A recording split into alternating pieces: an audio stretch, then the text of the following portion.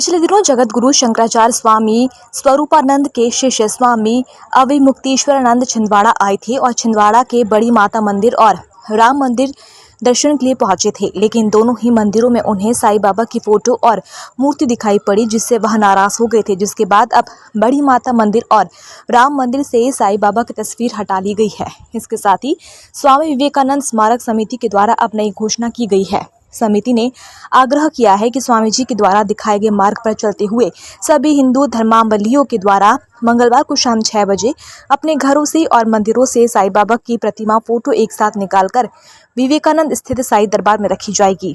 इसके लिए social sites का भी सहारा लिया जा रहा है। जिले भर में अब तक 5000 आदिवासियों ने धर्म परिवर्तन कर लिया है, जिनके घर वापसी के लिए जनजाति सुरक्षा मंच के द्वारा लगातार अभियान चलाया जा रहा है। धर्म परिवर्तन करने वाले लोगों को अनुसूचित जनजाति की सूची से बाहर करने के लिए जनजाति सुरक्षा मंच के द्वारा इस मुद्दे को लेकर रविवार के दिन विशाल जनजाति रैली और सम्मेलन का आयोजन किया गया। स्थानीय दशहरा मैदान से विशाल रैली निकाली गई, जिसमें धर्मांतरित जनजाति व्यक्तियों को अनुसूचित जनजाति की सूची से बाहर किए जाने और संयुक्त संसदीय समिति की रिपोर्ट 10 जुलाई 1967 की सिफारिश को लागू कर अनुच्छेद 342 से संशोधन करके धर्मांतरण जनजाति का आरक्षण समाप्त किए जाने की मांग केंद्र सरकार से की गई।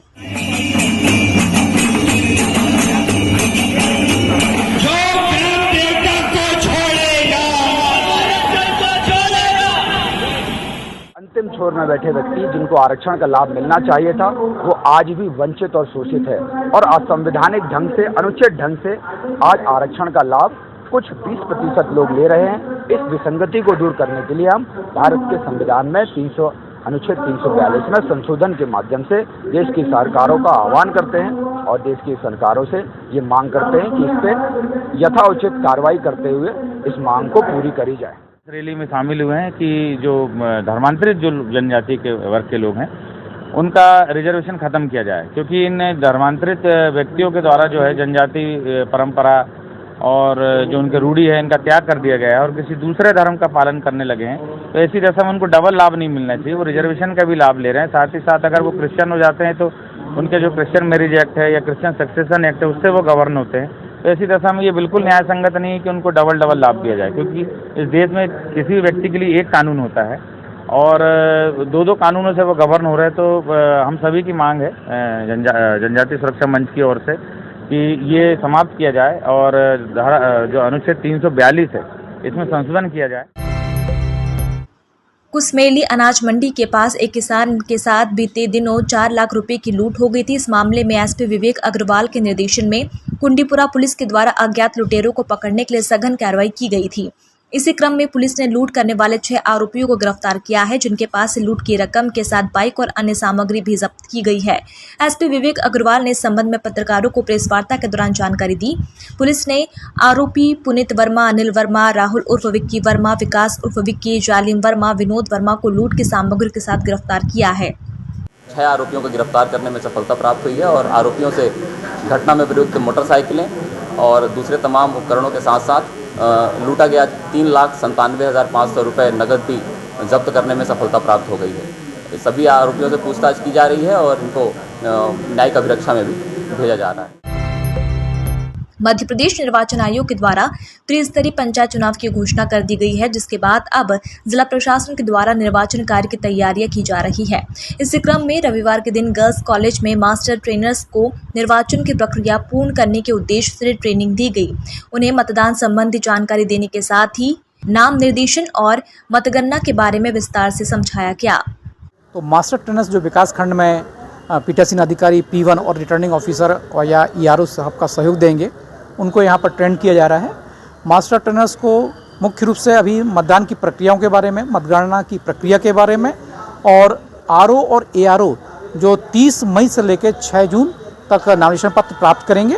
इसके बाद 7, 8, 9, 10 तक जो हमारे नाम वापसी, प्रतीक चिन्हों का आवंटन, समीक्षा की प्रक्रिया संपन्न होगी, उसके बारे में भी हमारे मास्टर ट्रेनर्स को अवगत कराया जा रहा है, जिससे ये ट्रेंड मास्टर ट्रेनर्स हमारे रिटर्निंग ऑफिसर और असिस्टेंट रिटर्निंग ऑफिसर को अपना सहयोग प्रदान करें। वीरशैव लिंगायत समाज के द्वारा रविवार को महात्मा बसवेश्वर जयंती मनाई गई। इस मौके पर वीरशैव लिंगायत समाज के द्वारा स्थानीय चंदन गांव वार्ड नंबर 34 से विशाल रैली निकाली गई, जो शहर के मुख्य मार्गों से होती हुई विवेकानंद कॉलोनी से गजानन मंदिर पहुंची, जहां पर रैली का समापन हुआ। इस अवसर पर वीरशैव लिंगायत समाज के सभी लोग मौजूद थे।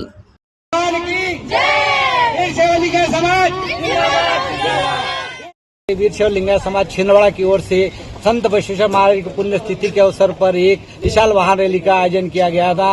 वाहन रैली माता मंदिर से निकलते हुए हमारे संत गजानन महाराज के मंदिर में समापन हुई। आज इस रैली में समाज के सभी लोगों ने पूरी तरह साथ दिया।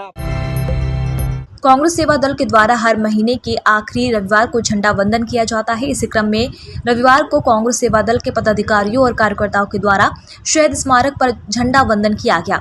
इस अवसर पर कांग्रेस सेवा दल ने शहीदों को नमन करते हुए उन्हें श्रद्धासुमन अर्पित किए। कार्यक्रम में यंग ब्रिगेड कांग्रेस सेवा दल के पदाधिकारी भी मौजूद थे। ये कांग्रेस पार्टी की पुरानी परंपरा है और इस परंपरा का निर्वाह हम हमारे भारतवासियों को राष्ट्र के प्रति सजग करना है और देशभक्ति जागृत करने के लिए कार्यक्रम का आयोजन हम हर अंतिम रविवार को करते हैं महीने की। और ये उन शहीदों की याद में किया जाता है जो हमारे देश को आज़ाद कराने में अपना महत्वपूर्ण योगदान दिए। झंडा वंदन का कार्यक्रम आयोजित किया जाता है। आज कांग्रेस सेवा दल के द्वारा शहीद स्मारक पर झंडा वंदन किया गया और झंडा वंदन का मूल उद्देश्य था कि हमारे देश के राष्ट्रपिता महात्मा गांधी के द्वारा देश की आज़ादी के समय 1929 में झंडा वंदन की प्रक्रिया प्रारंभ की गई थी। उसको लगातार सेवा दल लगातार प्रक्रिया को जारी रखा हुआ है। आज भी हम लोग झंडा वंदन की कार्रवाई करते हैं और झंडा वंदन का मूल उद्देश्य होता है कि देश में जो राष्ट्र की भावना उसको जागृत करना है। मध्य प्रदेश सरकार और महिला बाल विकास द्वारा जन सहयोग से आंगनबाड़ी को उपयोगी सामान और खिलौने देने की मुहिम चलाई जा रही है।